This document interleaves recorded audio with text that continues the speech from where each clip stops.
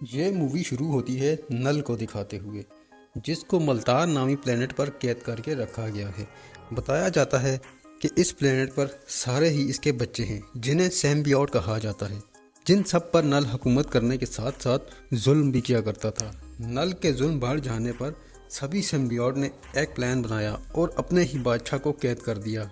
अब नल अपने आप को इस कैद से आज़ाद करवाना चाहता है, जिसके लिए उसे एक कोडेक्स नामी की ज़रूरत होती है, जो कि वेनम, सिम्बियोट और एडी ने मिलकर बनाया होता है। ये सिम्बियोट अब ज़मीन पर है और अब किसी पैरासाइट की तरह एडी की बॉडी के अंदर रहता है। खैर, नल को किसी भी कीमत पर आज़ाद होना था और इस कोडेक्स को हासिल करना था, जिसके लिए वो एक प्लान बनाता है और वो जेनोफेगस नामी बड़े बड़े क्रिएचर्स को पूरी यूनिवर्स में भेज देता है ताकि वो कोडेक्स को ट्रैक करके नल के लिए हासिल कर सकें।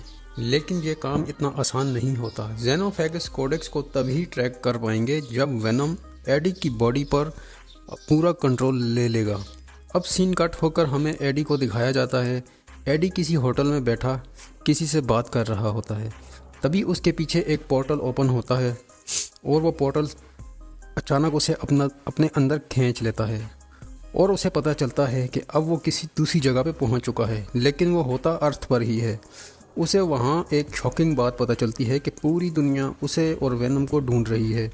और अब वेनम और एडी ये फैसला करते हैं कि अब वो न्यूयॉर्क जाएंगे और एक ख़ास आदमी को ब्लैकमेल करेंगे, जो इस सारी सिचुएशन से इनको बाहर निकाल सकता है। अब ये देखते हैं कि कुछ लोगों ने बहुत सारे डॉग्स को पकड़ के रखा हुआ है, जिन्हें वो फाइटिंग कंपटीशन में ले जाने वाले थे। इन डॉग्स की जान को भी खतरा होता है। तभी एडी और वेनम उनसे लड़ने लग जाते हैं। वेनम के लिए इन आम इंसानों के साथ लड़ना कोई मुश्किल बात नहीं होती। थोड़ी ही देर बाद वेनम ने सभी लोगों को अपने कंट्रोल में कर लिया और फिर इन सब के सर भी खा लिए और सब डॉग्स को आज़ाद कर लिया। और अब ये तैयार थे न्यूयॉर्क जाने के लिए।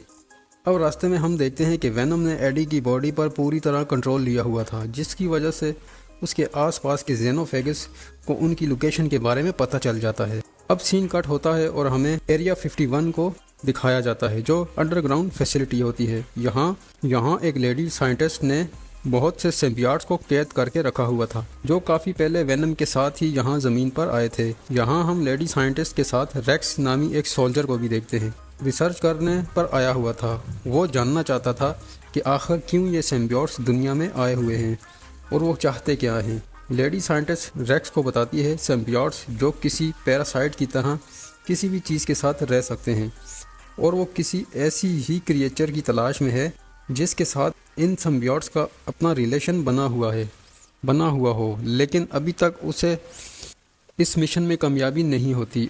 तो साइंटिस्ट को खबर मिलती है कि उन्हें एक ऐसा आदमी मिला है जिसका ऑलरेडी सिम्बियोट्स के साथ काफ़ी अच्छा रिलेशन है, लेकिन ये आदमी उनके साथ कोई कोऑपरेट नहीं कर रहा और उन्हें सिम्बियोट्स के बारे में कोई भी इन्फॉर्मेशन नहीं दे रहा। मालूम होता है कि ये आदमी सिम्बियोट्स के बारे में बात इसलिए नहीं कर रहा क्योंकि जिस सिम्बियोट्स के साथ इसने सिम किया था, उस सिम्बियोट ने इसे मरने के लिए अकेला छोड़ दिया था। यहाँ वो साइंटिस्ट इस आदमी को एक और सिम्बियोट देती है और सिम करने के लिए कहती है, यानी अपने साथ रिलेशन बनाने के लिए कहती है। साथ वो ये भी बताती है कि ये सारे के सारे सिम्बियोट्स एक नल नामी क्रिएचर के बच्चे हैं और कैसे अपने बेहिसी के चलते उनके साथ सिम्बियोट्स को मारना चाहता था, लेकिन इन सब सिम्बियोट्स ने बगावत करके और एक साथ मिलकर नल को कैद कर लिया और ख़ुद वहाँ से आज़ाद हो गए।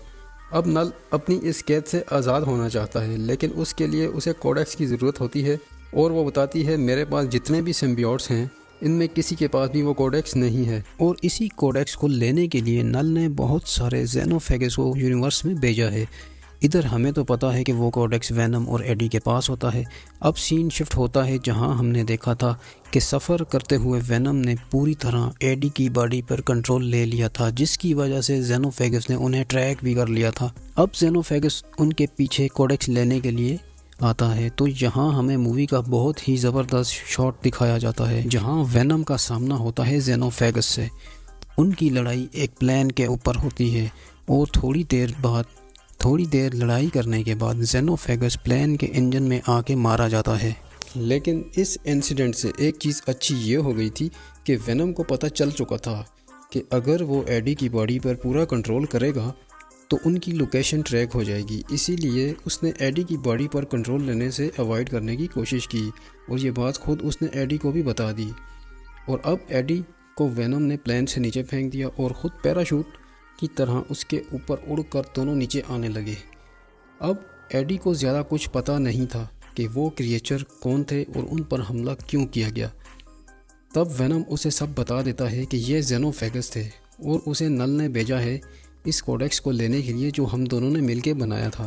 तो हम दोनों में से अगर कोई भी मारा जाता है तो वो कोडेक्स ख़त्म हो जाएगा। एडी कंफ्यूज था कि उसने कोडेक्स कब बनाया। तब वेनम उसे सारी पुरानी कहानी सुनाता है जहाँ पर उन्होंने कोडेक्स को क्रिएट किया था। अब यहाँ उन्हें बातें करते हुए देख लेते हैं रेक्स के आदमी यानी सोल्जर्स, और वो ऐसे ही इंसान की तलाश में थे जो किसी सिम्बियोट्स के साथ रिलेशन में हो और उससे बातें भी कर सके ताकि वो जान सके कि इन सिम्बियोट्स का दुनिया पे आने का क्या मकसद है।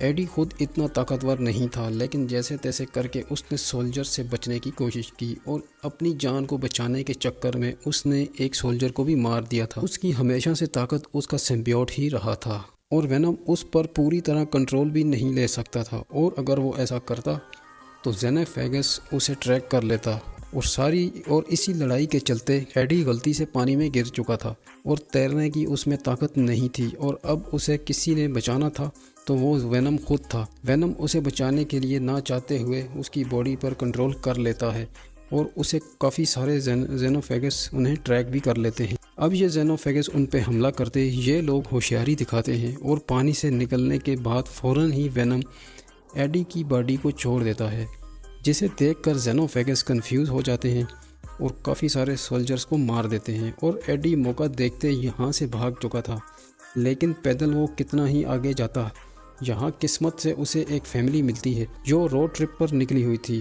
और वो फैमिली एडी को लिफ्ट दे देती है और वो लोग बताते हैं कि ये लोग एरिया 51 की तरफ जा रहे हैं जहाँ वो बहुत सारे सिम्बियोट्स को देखना चाहते हैं। एडी भूखा भी था। ये लोग एडी को खाने के साथ साथ जूते भी देते हैं क्योंकि एडी के पास जूते भी नहीं होते, और वो फाइनली एडी को लॉस वेगस में छोड़ देते हैं। और अब एडी यहाँ पर अपनी पुरानी एक फ्रेंड से मिलता है जो कि एडी के वेनम वाले रूप से बहुत ही ज़्यादा इम्प्रेस थी। मजबूरन उन्हें खुश करने के लिए वेनम को एडी की बॉडी पर पूरी तरह कंट्रोल लेना पड़ता है और अब वेनम और वो लड़की मिल के डांस भी करते हैं और काफ़ी इन्जॉय करते हैं। उनके इस हैप्पी मोमेंट का नतीजा ये निकलता है कि बहुत सारे जेनोफेगस उन्हें ट्रैक कर लेते हैं। अब इससे पहले यहाँ लड़ाई शुरू होती वेनम अक्लमंदी दिखाता है और एडी की बॉडी को छोड़ देता है, जिससे सारे जेनोफेगस कंफ्यूज हो जाते हैं। लेकिन इसी दौरान रेक्स के सोल्जर भी इसी जगह पर आ जाते हैं और रेक्स की टीम एडी और वेनम को पकड़ लेते हैं।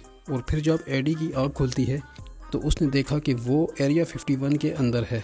यहाँ एडी की तरह एक और इंसान भी होता है जो सिम्बियोट्स के साथ रिलेशन में था, और वो एडी को बताता है कि नल जो सभी सिम्बियोट्स का किंग है और वो पागलों की तरह वेनम और एडी को ढूंढ रहा है। और ये खबर पहले ही एडी को थी। यहाँ हम देखते हैं कि रेक्स जो कि एक सोल्जर है और अब वो बहुत खुश है क्योंकि वेनम और एडी का रिलेशन काफ़ी अच्छा है और उसे एडी की मदद से काफ़ी सारी इन्फॉर्मेशन भी मिल सकती है। लेकिन अब वो सोल्जर इस जगह कंट्रोल भी ले लेता है और यहाँ मौजूद साइंटिस्ट को भी चले जाने का कहता है। अभी तो उसने एडी से बदले भी लेने थे।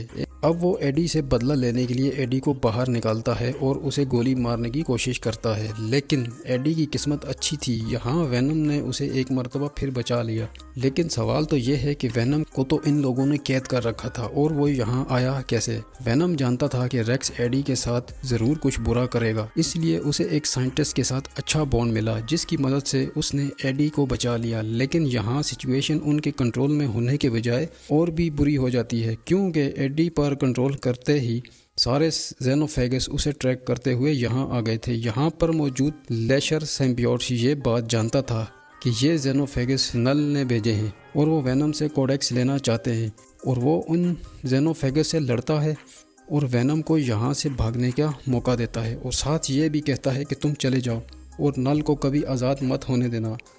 अब वेनम ये जानता था कि ये जेनोफेगस यहाँ सभी इंसानों को भी मार देगा, इसीलिए वेनम साइंटिस्ट से कहता है कि यहाँ पर मौजूद सभी सिम्बियोट्स को आज़ाद कर दे ताकि वो यहाँ इंसानों से रिलेशन बनाकर जेनोफेगस से आप लोगों को बचा लें। और साइंटिस्ट ऐसा ही करती है और सभी सिम्बियोट्स को खोल देती है और सारे सिम्बियोट्स बिना वक्त ज़ाया किए इंसानों के साथ रिलेशन बनाते हुए जेनोफेगस से लड़ने लग जाते हैं। और यहाँ पर एक धमाकेदार फाइट शुरू हो जाती है। इतने में यहाँ वो फैमिली भी आ जाती है जिसने एडी को लिफ्ट दी थी, जो एरिया 51 में एलियंस को देखने आए हुए हैं। लेकिन उन्हें ये नहीं पता था कि वो इतने सारे एलियंस को देख लेंगे और वो भी आज़ाद। इन सब एलियंस की लड़ाई को देखकर वो काफ़ी बुरी तरह से डर जाते हैं, क्योंकि जेनोफेगस बुरी तरह से सिम्बियोट्स को खा रहे थे और सिम्बियोट्स उन्हें हराने की कोशिश कर रहे थे।